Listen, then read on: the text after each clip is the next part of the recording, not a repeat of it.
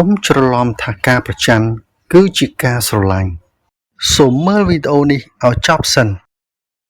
ពិតណាស់សម្រាប់មនុស្សដែលយល់ពីតម្លៃនៃសេចក្តីស្រឡាញ់ពិតប្រាកដការប្រច័ណ្ឌមិនមែនជាការបង្ហាញពីចិត្តស្រឡាញ់ផ្ទាល់តែសោះវាគ្រាន់តែជាការយកភាពអាត្មានិយមមកបិទបាំងក្រោមពាក្យថាស្រឡាញ់តែប៉ុណ្ណោះនៅពេលដែលមនុស្សម្នាក់យកចិត្តហួងហែងមកដាក់មុខវានឹងនាំមកនូវផលវិបាកដូចជាការបាត់បង់សេរីភាព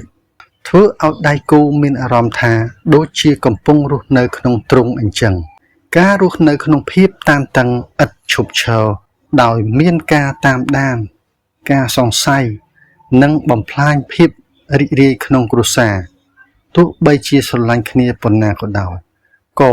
មិនអាចអត់ធ្មត់ជាមួយការរករឿងបានរហូតដែរ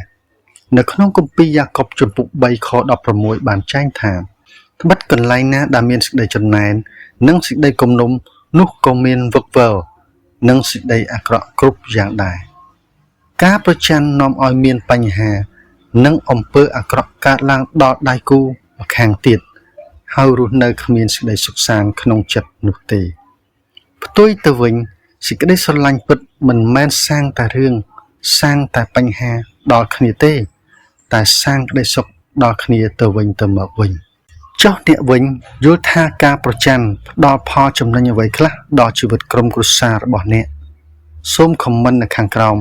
ម្នាក់មួយមកហើយបើអ្នកគិតថាវីដេអូនេះមានប្រយោជន៍សូមចែករំលែកទៅកាន់មនុស្សដែលស្រឡាញ់អ្នកបំផុតផងសូមអរគុណសូមព្រះប្រទានពរ